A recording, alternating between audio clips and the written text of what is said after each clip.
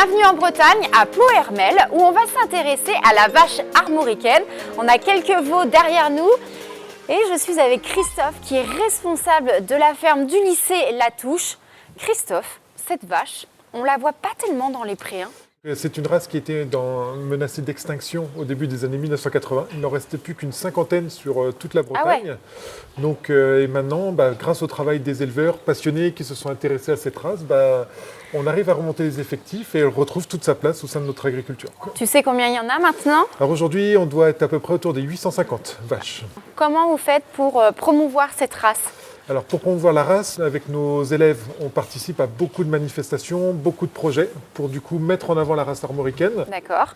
Et puis elle est présente quand même sur des terrains. Elle fait de l'éco-pâturage, Oui. notamment. Oui, donc nous on l'utilise dans la forêt de Brocéliande en fait, qui est juste au bord du lycée, où en fait elle permet d'aller pâturer des secteurs de landes, donc des petites végétations rases, pour entretenir les espaces en fait herbagés où d'autres animaux n'arriveraient pas à pâturer comme il faut.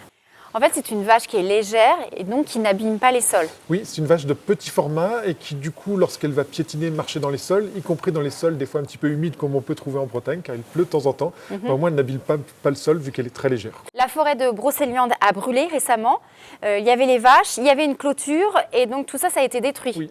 Enfin, pas les vaches, hein, non, heureusement. Non, pas les vaches. Ouais. Les vaches ont toutes été sauvées, pas de soucis, pas de soucis pour les animaux.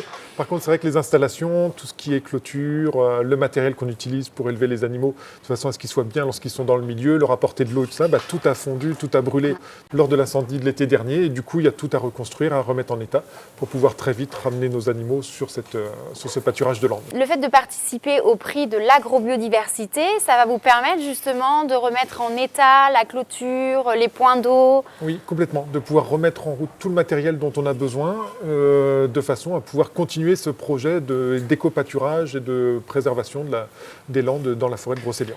Nous, c'est un tout. En fait, on voulait à la fois mettre en avant la race armoricaine et on voulait aussi promouvoir notre lycée et toutes les actions qu'on fait au service de la race. Donc, pour la mettre en avant, continuer à développer notre point de vente. Elle est très belle quand on la voit ici. Vous en avez quelques-unes dans un magnifique pré. Oui, le marron et le blanc se marient très bien avec la couleur de l'herbe. Oui, donc, ça ressort, c'est très, hyper très joli, beau. quoi, oui. Donc c'est une vache qui a toujours cette robe-là, cette couleur. Oui, la base de la robe c'est acajou, donc marron et avec des taches blanches à chaque fois sur la robe. C'est vrai. Notamment sur le bout de la queue, c'est une des caractéristiques de la race. Et après c'est toujours le museau de couleur claire et surtout ce qui fait le charme de la vache, ce sont ses cornes en forme de croissant, qui va vers l'avant. Oui. Et donc ça lui donne un petit côté sympathique et attachant. Oui. Donc c'est une vache qui vit toute l'année en liberté? Oui, nos vaches, normalement, on les rentre jamais en bâtiment. Elles donnent naissance à leurs veaux, y compris dehors. À partir du moment où il y a une haie pour s'abriter, ça leur suffit. Donc elle est adaptée à tous les types de temps.